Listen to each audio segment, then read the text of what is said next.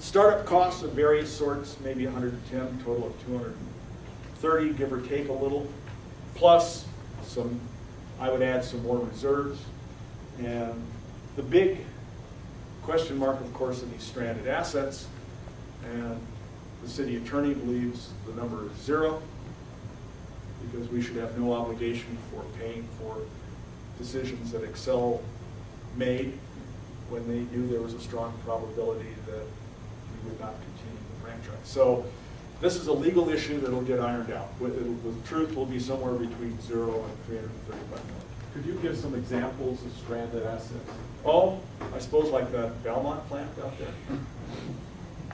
You know, these are mostly generation facilities. You know, the distribution system is something we're going to buy if we go down this route. Smart grid electronics. Pardon? Of the smart grid electronics, they probably know. Well, I would say the smart grid is a stranded asset. They would love for us to pay for their experiment. Even though it's already being paid by ratepayers. So that's just So this is in the realm of legal wrangling that's going to be really nasty, I expect. And who knows where it'll settle out. Yes? Did you make calculations with your model, you know, also including that high stranded cost number? I mean, Yeah, I'll show you. Yeah. There are so many dials to turn on this model that I could not possibly enumerate all the permutations of changes. And that's really not what you should do with the model. At a minimum, we in the group, and anybody that wants to join us, I suppose, need to brainstorm about what likely scenarios are that we can model. You know, the standard or best case, worst case, most likely, but those are rather extreme. They're probably more likely than less likely paths that we might go down between those extremes. And ultimately, if I get my other work that has to get done, I'd like to turn this into a Monte Carlo simulation model that would be able to say with some probability, yeah, this is a positive NPV. So, but you know, that's to come. Monte Carlo in finance anyway. Pardon? There's too much Monte Carlo in finance anyway. Well, it depends on how you use it. It may be it may be, well, I guess that's a joke. Well, the flip side of that is, if you're really interested in that issue, you ought to read books by Nassim Taleb. Have you ever heard of him? Yeah. Two books, The Black Swan and Fooled by Randomness. Great books. I think every business person ought to read those. And any engineer or physicist who thinks he or she wants to go to Wall Street should read those. But anyway, I digress. So what are some sources of risk? Well, if we stay with Excel, then we're going to see, as Sam showed, continuous rate increases due to fuel prices. And some of our team members think that those are even understated. So who knows? The prices are going to go up, which means rates are going to go up. They are going to go up, even if we stay with Excel. Sam has talked a bit about this wind power alternative, and Mike Ellis in the Daily Camera, I thought, wrote a couple of cogent descriptions of that. I'm not sure it would be a shell game, but it's, you know, we're just swapping paper, not reducing carbon emissions. So do we want to do that? And you can bet that the parties involved don't have similar goals. You know, if I were working for Excel, I would be doing just what they're doing, which is try to guard information, try to ensure the franchise, whatever it would take. That's, you can't fault them for that. If they don't do that, they'll get fired. And they should, right? Okay. So the Boulder Muni risks, you know, this is a little bit of my take on it. Boulder's never run a utility of this complexity. And yes, there are lots of smart people around, but there's experience, and that can't be discounted, I think. So that to me is a source of risk.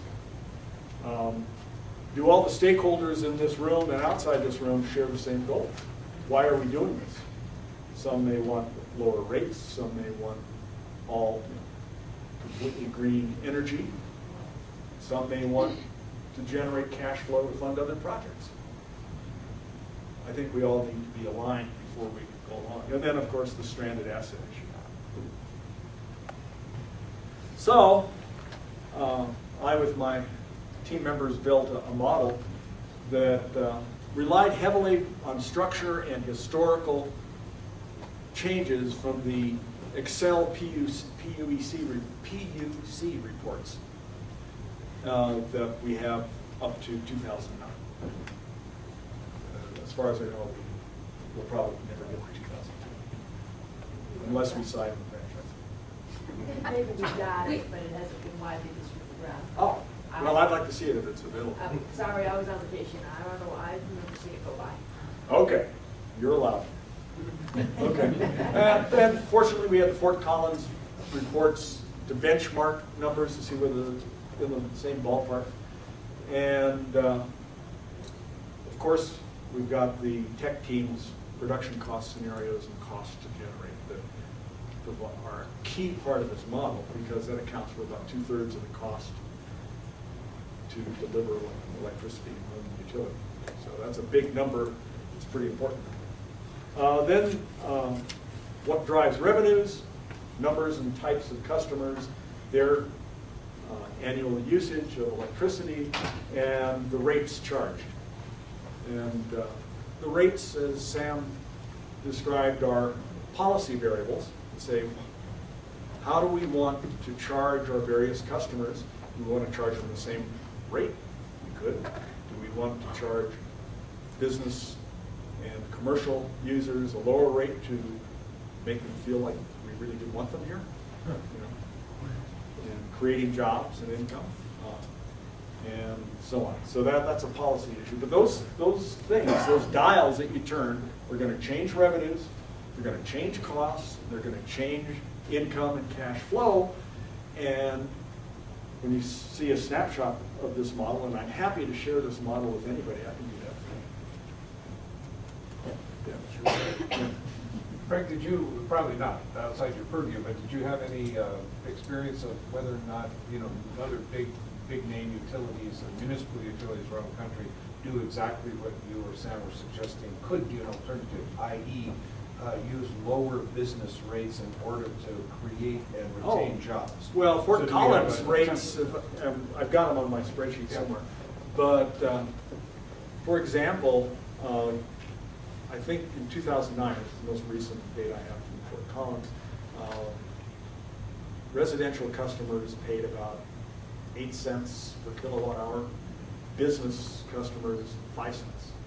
And do they have data showing how that decrease actually is completely and more than offset by job creation and retention? Well, But we can that get is that. outside my purview. Yeah, but we But can get that that should from be the Fort intent. Collins. Yeah. Yeah, I mean, I'm sure Yeah. they're not doing it just to be nice. That's my point. It would be great to have a real life example we could just point to. Well, if you look at the number of business and commercial customers in Fort Collins, they're far more than we have in Boulder. Now, is that related to rates? Well, maybe not entirely, but you know, it's hard to find clean cause and effect relationships in business modeling. They don't exist, basically. Frank, I wondered if I could just really briefly interrupt you. The library, the one thing, the rooms are free, but we have to be out by 9, and all the chairs are going to have to be up. This clock is broken, so it makes it really hard for the computer to, you know, time stands still when we're talking about energy motive. So Okay. It's about 8:25. I'm thinking maybe we should let Frank go until about however long, but let's have no more interruptions. Then when the time comes, everybody's going to help us get the chairs over there. And then we go out on the sidewalk and we stand out there for as long as you would like. And Okay. All right. Thank you, Leslie. And I'm happy to put my slides up. You know. Okay, let's roll.